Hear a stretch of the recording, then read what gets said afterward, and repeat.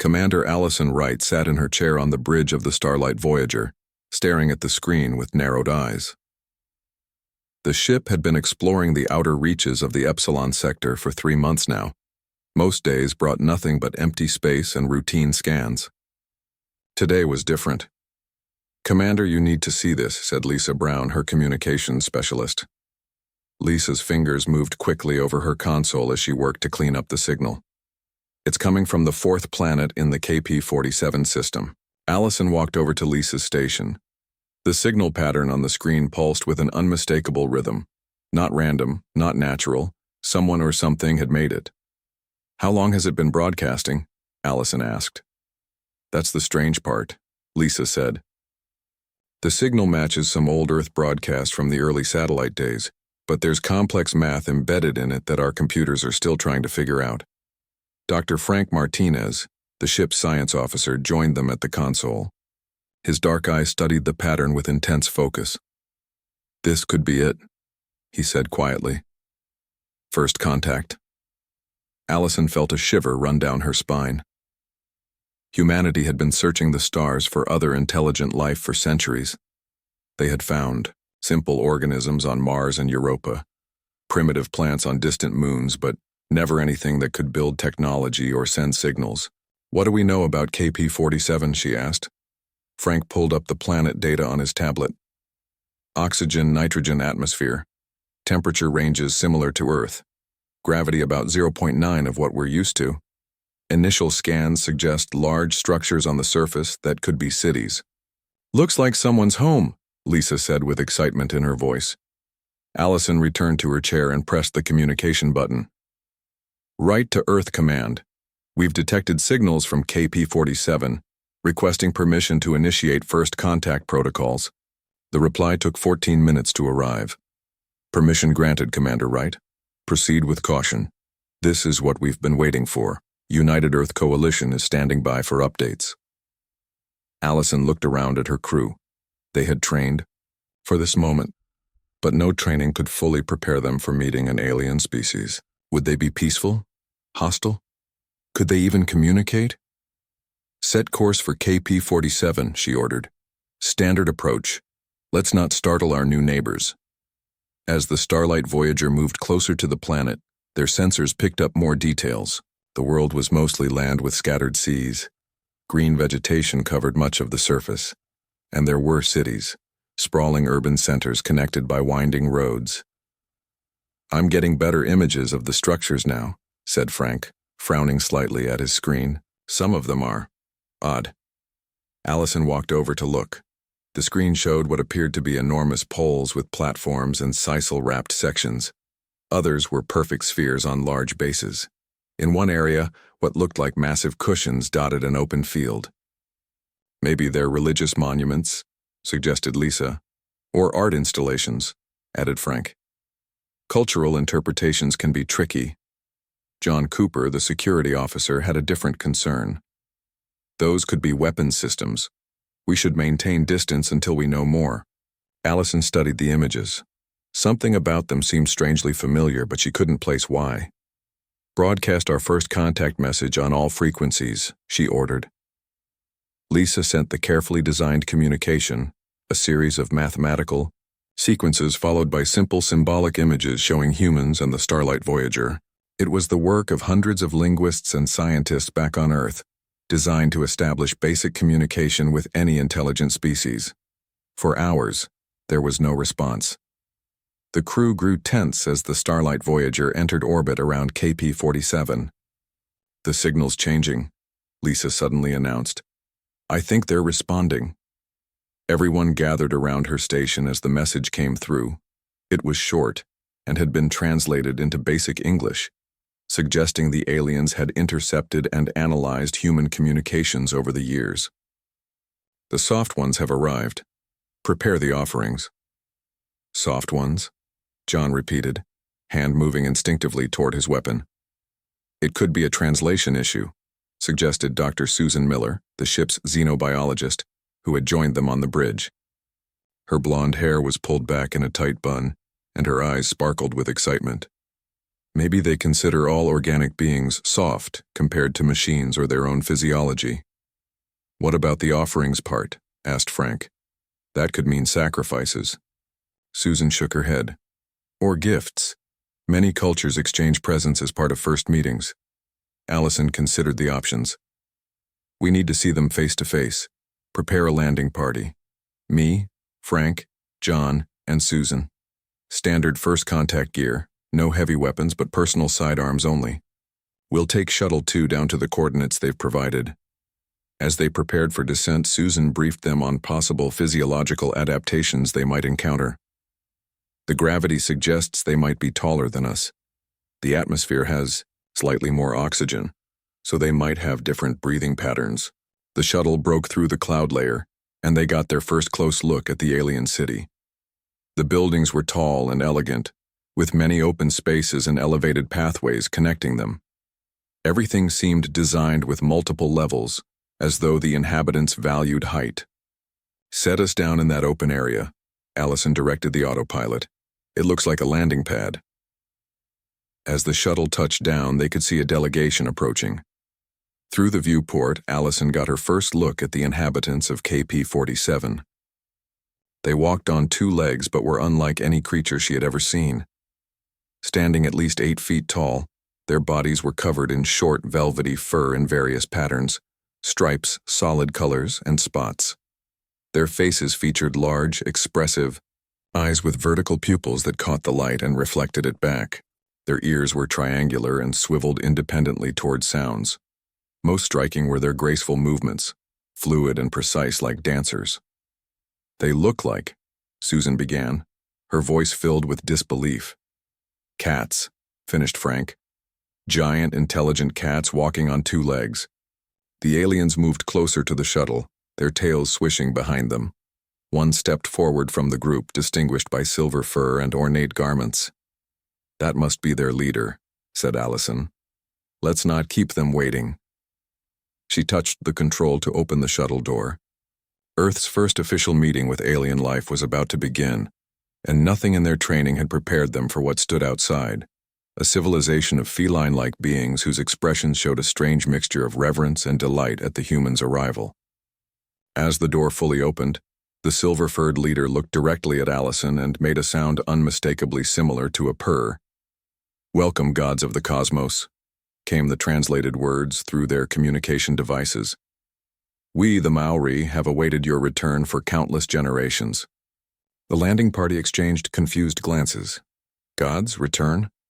First contact had just gotten much more complicated.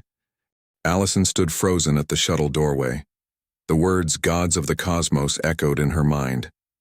This was not how first contact was supposed to go. There must be some translation error, she whispered to Susan.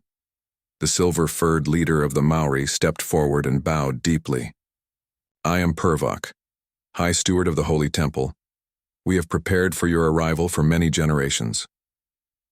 Frank checked his translation device. "No error, Commander. They really think we're gods." Allison composed herself and stepped onto the alien, Soil. "We are honored by your welcome, Purr-fect. I am Commander Allison Wright of the Starlight Voyager. We come from planet Earth as explorers and friends, not as gods." Purr-fect's large eyes blinked slowly, a gesture that somehow conveyed both confusion and adoration. Such modesty, just as the ancient texts predicted. The soft ones shall deny their divine nature, for true power needs no boasting. John shifted uncomfortably, hand near his sidearm. "Commander, I don't like this. They could be setting us up." "Easy, John," Allison said quietly. "They seem peaceful enough." The Maori delegation surrounded them, keeping a respectful distance but clearly eager to be near the humans. Their tails swished with excitement and some made soft chirping sounds to each other. Purr-fect gestured toward a large building with elegant spires. "We have prepared your sacred chambers. Please follow me." As they walked through the alien city, the crew noticed more details that struck them as odd. The pathways were extraordinarily wide, as if designed for much larger beings than the Maori themselves. Many structures featured raised platforms, and what looked like observation decks. Most striking was the reaction of the Maori citizens. As the humans passed, the cat-like aliens dropped to their knees, pressing their foreheads to the ground or making gestures that involved running their paws over their ears and faces. "They're worshipping us," Susan whispered. "This is unprecedented in xenological theory. First contact scenarios usually involve fear, curiosity, or diplomatic caution, not immediate religious devotion." They arrived at an enormous building with doors at least 20 feet tall. Inside, the ceiling soared upward and soft, warm light filled the space. The room was heated to a temperature that felt uncomfortably warm to the humans, but seemed perfectly normal to the Maori. "Your sacred chambers await," Purr-fect said, leading them down a wide corridor, each prepared according to the ancient specifications. The sacred chambers turned out to be enormous rooms filled with items that made the crew exchange bewildered glances. Huge cushions and soft beds dominated the spaces. Climbing structures reached toward the high ceilings. There were shelves with small objects that could be easily knocked off, and in one corner, what appeared to be oversized toy mice. "These are your private quarters," Purr-fect explained. "The climbing trees are freshly wrapped with sisal. The napping platforms have been warmed to the sacred temperature. The push-off shelves have been stocked with holy trinkets. Is everything satisfactory?" Allison looked around the bizarre room. "It's very thoughtful, thank you." "We will leave you to rest," Purr-fect said. "When you desire attention or offerings, simply make your presence known, and we shall attend to you immediately." After the Maori left, closing the massive doors behind them, the crew gathered in Allison's chamber to discuss their situation. "This is crazy," John said. "They've built an oversized cat playground for us." Susan was examining one of the toy mice with fascination. "The craftsmanship is remarkable. Look at the stitching. This is clearly a ceremonial object." "The question is, why?" Frank asked. "Why would they think humans are gods? And why all this cat-related stuff?" Allison sat on one of the large cushions, finding it surprisingly comfortable. "We need to establish proper diplomatic relations. Whatever misunderstanding is happening here, we need to clear it up." An hour later, Purr-fect returned with a delegation of Maori wearing elaborate robes. They carried platters of what appeared to be food and set them before the humans with deep bows. "The sacred feast," Purr-fect announced, "prepared according to the ancient recipes." The platters contained what looked like perfectly cooked fish, small pieces of meat arranged in precise patterns, and bowls of creamy liquid. Susan scanned the food with her device. "It's safe for human consumption, similar to earth proteins and fats." Allison decided to try direct communication. "Purr-fect, we appreciate your hospitality, but there seems to be a misunderstanding. We are not gods. We are humans from planet Earth, seeking peaceful contact with other intelligent species across the galaxy." Purr-fect's ears flattened slightly in what might have been confusion. "Of course you would say this. The holy texts speak of your humility." He tilted his head. "Perhaps you prefer we use the term the chosen ones or star masters." "No," Allison said firmly. "We are simply humans, equal to you but different. We wish to establish diplomatic relations, exchange knowledge, learn from each other." The Maori delegation looked at each other, clearly bewildered by this statement. One of them whispered something to Purr-fect, who nodded solemnly. "The prophecies mentioned this phase," Purr-fect said with understanding. "You wish to test our devotion by denying your divinity. Rest assured, we will not fail you." Frank sighed. "This is going nowhere fast." A younger Maori stepped forward, carrying what looked like an ancient tablet. "Hi, Steward, perhaps they would like to see the sacred images." "The first arrival?" Purr-fect's eyes widened. "An excellent suggestion, Maolana." The young Maori, apparently named Maolana, approached with reverence and activated the tablet. A holographic image appeared above it, showing what was unmistakably an old Earth vessel, a colony ship from the early days of space exploration. "The divine chariot that brought the first holy ones to our world," Purr-fect explained. Before your return, you sent your blessed messengers to prepare us. The image shifted to show small creatures emerging from the crashed ship. Susan gasped as she recognized them. Those are domestic cats, she whispered. Earth cats. The pieces suddenly fell into place. The Maori continued showing images of the cats being discovered by primitive versions of their species, who bowed before the small felines. The Holy Ones taught us civilization, Purr-fect said proudly. They showed us how to serve, how to build structures worthy of their presence, how to provide proper offerings. Allison exchanged shocked glances with her crew. A crashed Earth colony. Ship. Surviving house cats adopted as gods by an alien species. And now, thousands of years later, the arrival of humans, the masters of the masters. We have prepared for generations for this moment, Purr-fect continued, his voice filled with emotion, when the gods of the Holy Ones would finally arrive from the stars. The last image showed a crude drawing of tall, two-legged figures petting the cats. The ancient Maori had drawn humans as divine beings, cat owners elevated to godhood. First, contact had indeed gotten a perfect twist. The humans weren't meeting aliens as equals. They were being welcomed as returning gods by a civilization that had built its entire culture around serving Earth's most demanding pet. After the Maori delegation left, the human crew gathered in a circle on the giant cushions to discuss their situation. So let me get this straight, John said, rubbing his forehead. Thousands of years ago, an Earth colony ship crashed here. The human crew died, but the cats survived. And the primitive Maori found these cats and thought they were gods, Susan continued. They built their entire civilization around serving cats. Frank leaned back against one of the climbing structures. Now they think we're super gods because we're the masters of their cat gods. This is either the best or worst first contact scenario in human history. Allison paced the room, her boots sinking into the soft floor covering. We need to figure out how to handle this without causing a cultural crisis. Their entire society is built on this belief system. I vote we enjoy being gods for a while, Frank said with a grin. Did you see the technology they have?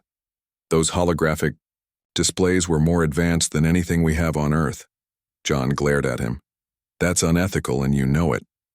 I was joking, Frank replied, but his eyes said otherwise.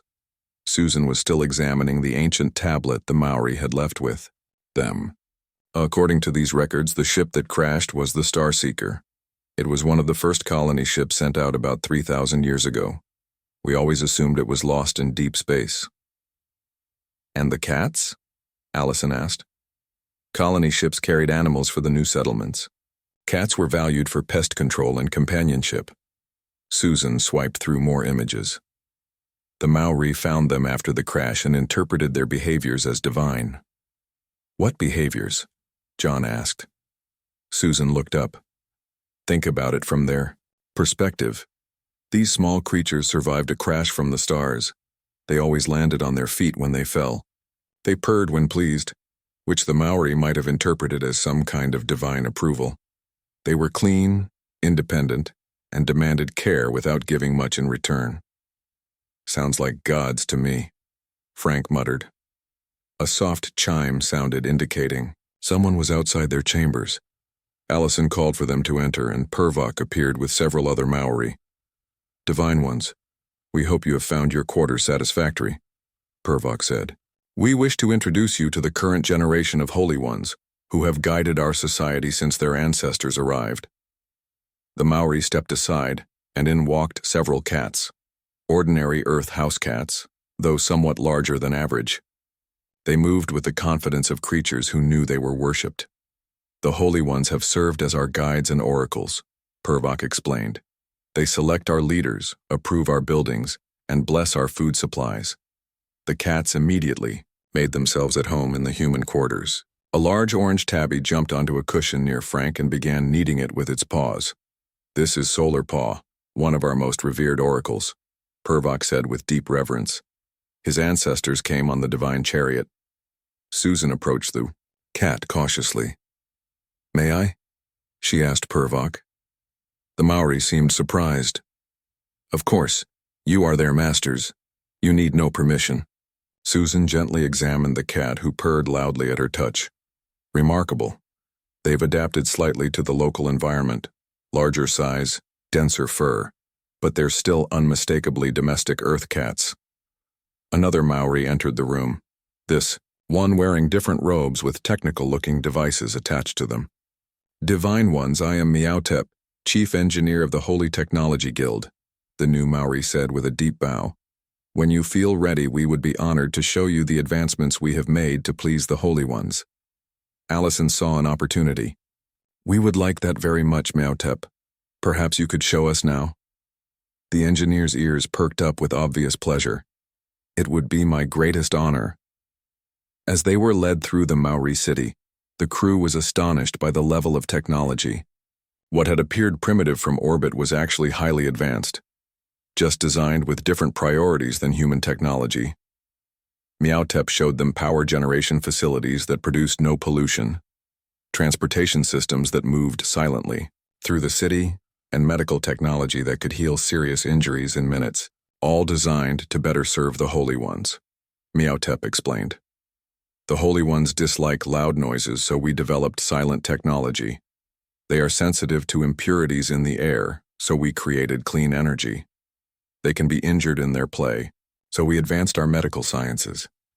John whispered to Allison. Their religious devotion to cats accidentally made them more advanced than us in some ways. The real question, Allison whispered back, is how we handle this situation ethically.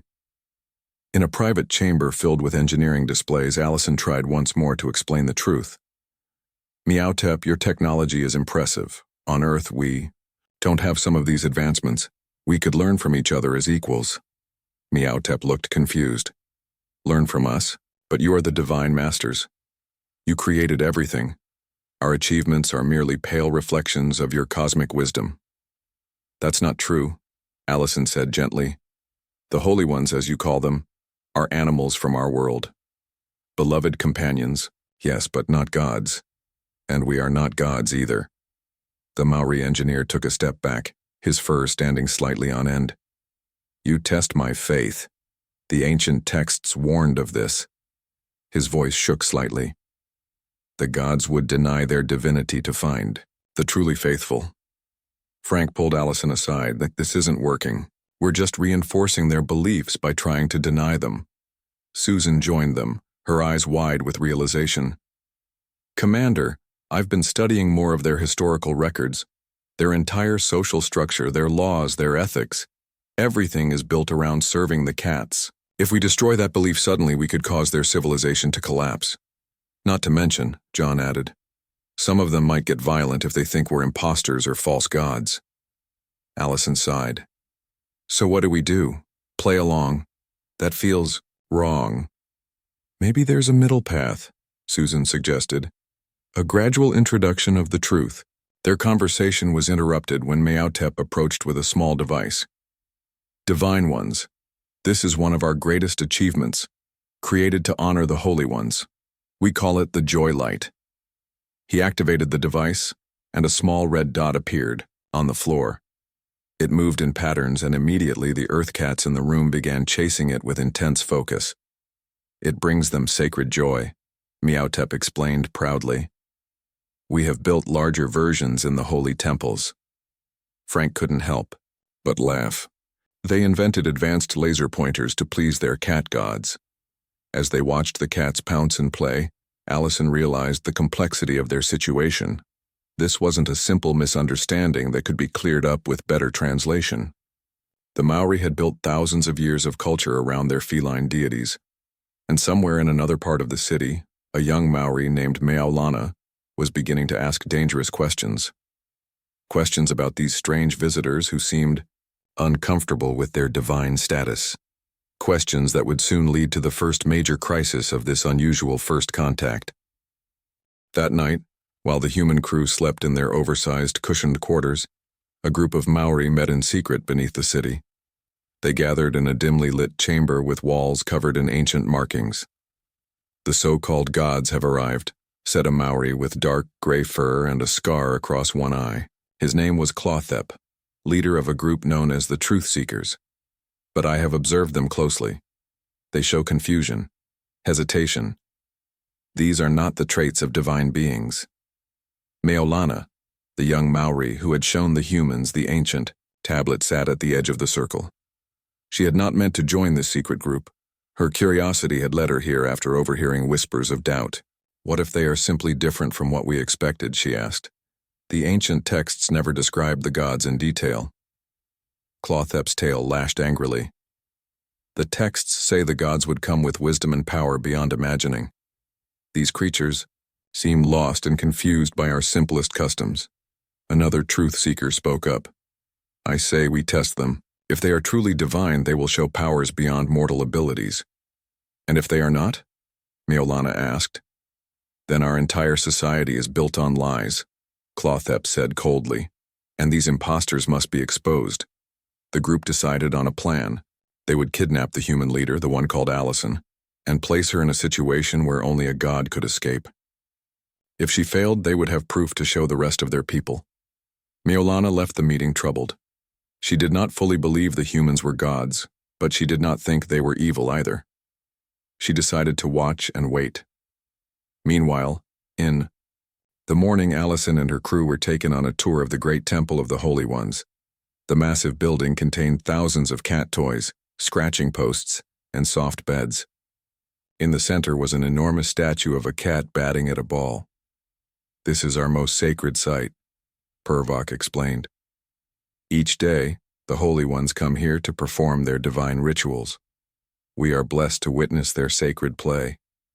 Susan whispered to Allison. Their entire religion is basically watching cats play with toys and cleaning up after them, Frank added, pointing to a group of Maori solemnly scooping waste from ornate litter boxes. John remained on high alert, noticing several Maori watching them with what seemed like suspicion rather than worship. Commander, he said quietly, not all the locals seem happy about our presence. Allison had noticed it too. Stay alert but friendly. We don't want to cause an incident. Purr-fect led them to a special chamber where a strange plant grew under carefully controlled conditions. The plants had silver-green leaves with purple spots and gave off a sweet smell. This is the sacred ecstasy herb, Purr-fect said reverently. It brings divine joy to the Holy Ones and helps them communicate with the spirit realm. Susan scanned the plant with her device. It's basically catnip, she whispered to Allison. But it's suffering from some kind of disease. Look at the withered sections. Purr-fect's ears drooped with sadness. You have noticed our great crisis. The sacred herb is dying across our world. We have tried everything to save it, but it continues to fade. Without it, the Holy Ones grow displeased. Some fear it is a sign that we have failed them somehow. Allison saw genuine distress in the alien's face. This wasn't just a religious concern. It was causing real suffering among the Maori. Perhaps we could help, she offered. Our scientist, Susan, knows much about plants and the Holy One's needs. Purr-fect's eyes widened with hope. Truly? You would bless us with divine knowledge? We would like to try, Allison said carefully. As Susan examined the plants more closely, Frank wandered into a side chamber filled with ancient artifacts. Among glass cases containing what appeared to be toys and cushions, he spotted something odd, a display holding what looked like an ordinary ball of yarn. A plaque beneath it read, "The Eternal String of Destiny, first holy relic touched by the Divine Ones." Frank couldn't help but laugh. The Maori had built an entire religious mythology around cats playing with yarn. Meanwhile, back at their quarters, John discovered something alarming while doing a security sweep. Hidden beneath one of the giant cushions was a small device, clearly Maori technology but not something they had been shown. It's some kind of surveillance device, he told Allison when the crew regrouped. They've been watching us. Maybe it's just part of how they worship, Susan suggested, observing the gods' behavior. Or maybe not everyone here believes we're divine, Allison said. That night, as Allison slept, shadowy figures entered her chamber. Moving silently, they sprayed something in the air, a sleeping agent powerful enough to keep a human unconscious, but not harm them. They carefully lifted Allison and carried her away through hidden passages beneath the city. When the rest of the crew woke in the morning, they were met by a frantic Purr-fect. "Divine ones, a terrible sacrilege has occurred," he said, his fur standing on end with distress. "The truth seekers have taken your leader." "Truth seekers?" Frank asked. "A small group of heretics who question the divinity of the Holy Ones and now yours as well," Purr-fect explained. "They have left this message." He handed them a tablet showing a recorded message from Clothep. "If the one called Allison is truly a god, she will escape our test unharmed," the scarred Maori said on the recording. "If not, your gods are false, and our society must face the truth." The recording showed Allison unconscious in what appeared to be a sealed chamber, slowly filling with water. "Where is this place?" John demanded, his hand moving to his weapon. "The ancient purification chambers beneath the old city," Purr-fect said. "But they are maze-like and dangerous. No one has entered them for generations." Susan was studying the video carefully. "The water is rising slowly. We have time, but not much. Can you lead us there?" Frank asked Purr-fect. The High Steward looked torn. "It is forbidden to interfere with a divine test. If she is truly a god, she will save herself." John grabbed Purr-fect by his robes. "She's not a god, she's a human being who will drown if we don't help her." The room fell silent. Purr-fect stared at John with wide eyes, processing what he had just heard. "You admit you are not gods?" he whispered. Before anyone could respond, a voice came from the doorway. "I already know that." They turned to see Meolana standing there. "I have been watching and listening. I do not believe you are gods, but I do not believe you are enemies either." She stepped forward. "I can lead you to the purification chambers, but we must hurry."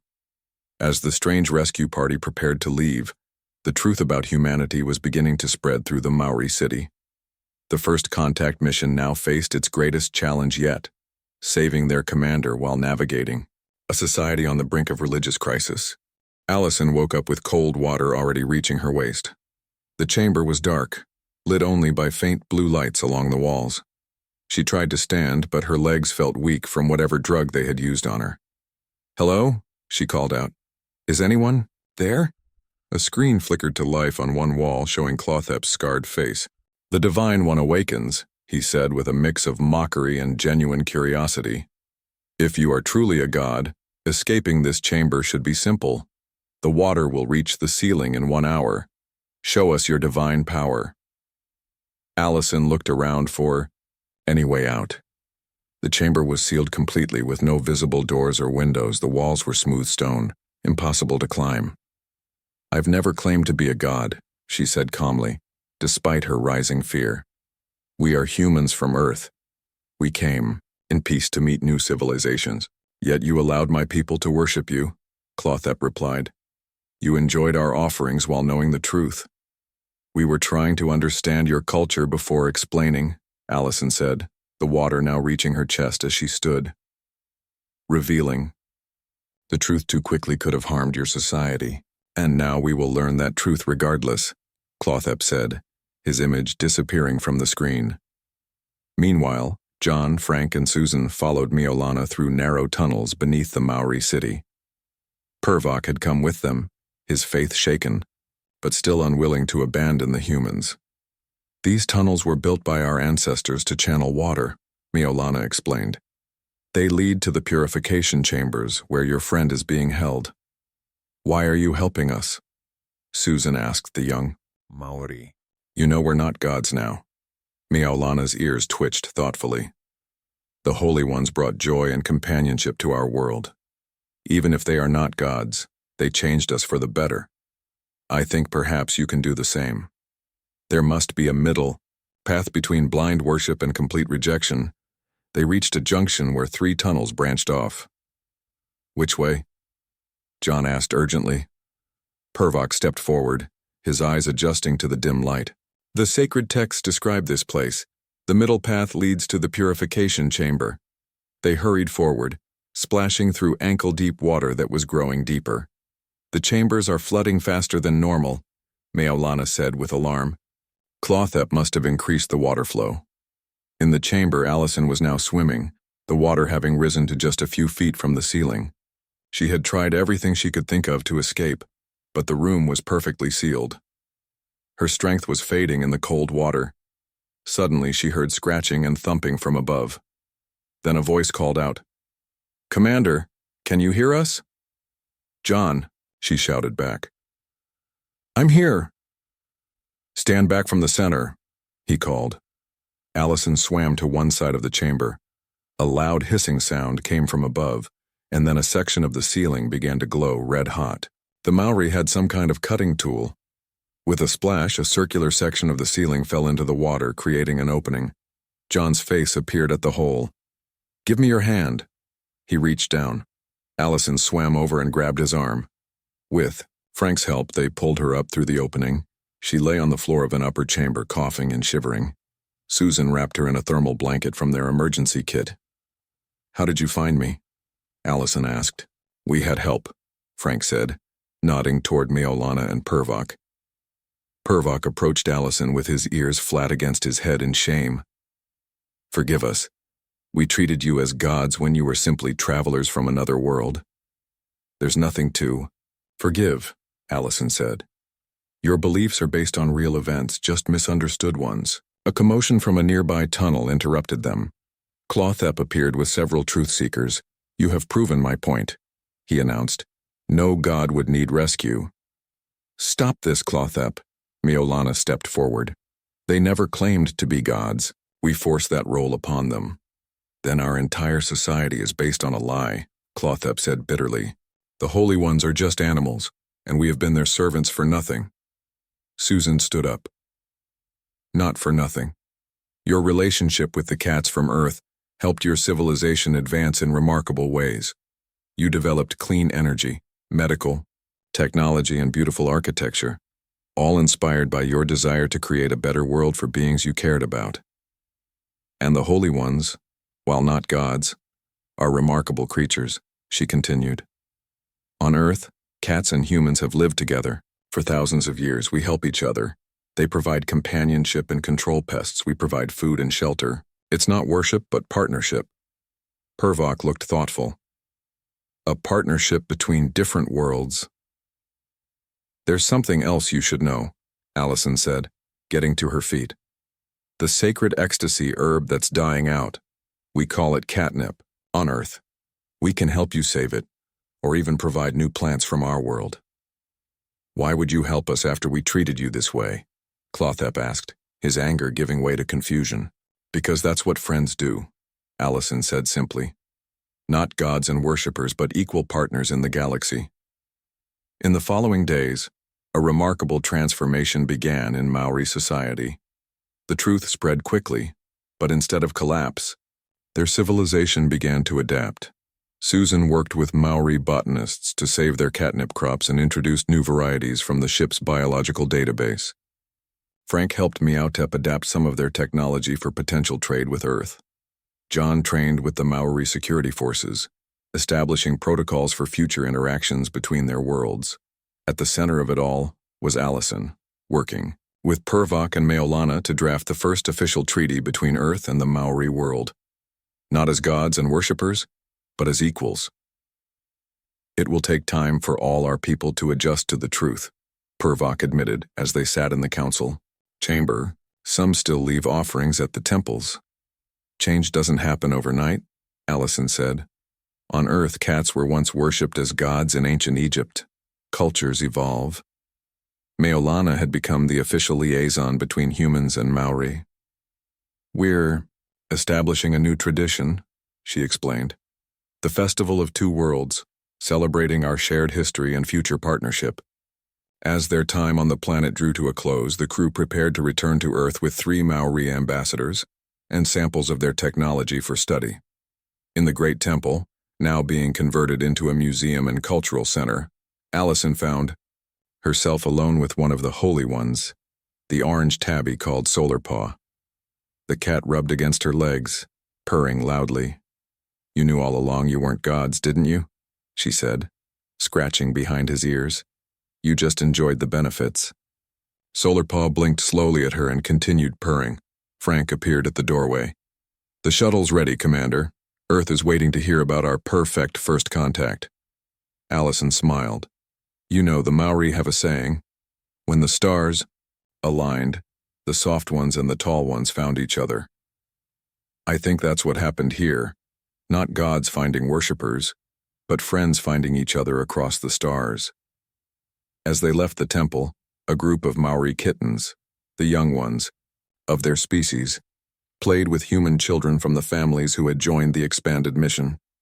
Together, they chased a laser pointer dot across the ground, laughing in two different languages but sharing the same joy. First contact had turned out better than anyone could have imagined. Not with worship or fear, but with understanding, respect, and maybe just a little bit of cosmic catnip.